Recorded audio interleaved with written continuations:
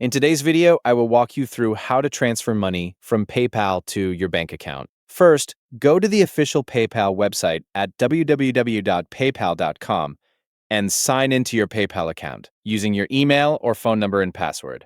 If required, complete the verification code as well. Before transferring money from PayPal, you need to make sure that a bank account or card is already linked to your account.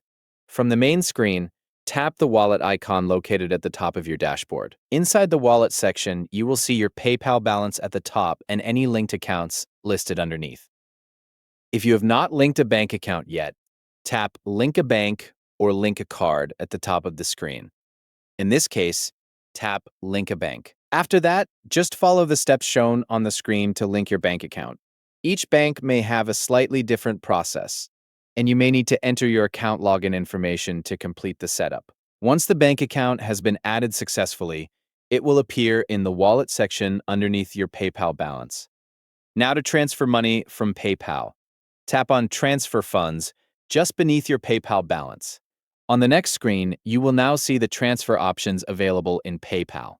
One option allows you to transfer money for free, but the transfer can take between 1 and 3 days to process. If you choose this option, make sure the correct bank account is selected as the destination for the transfer.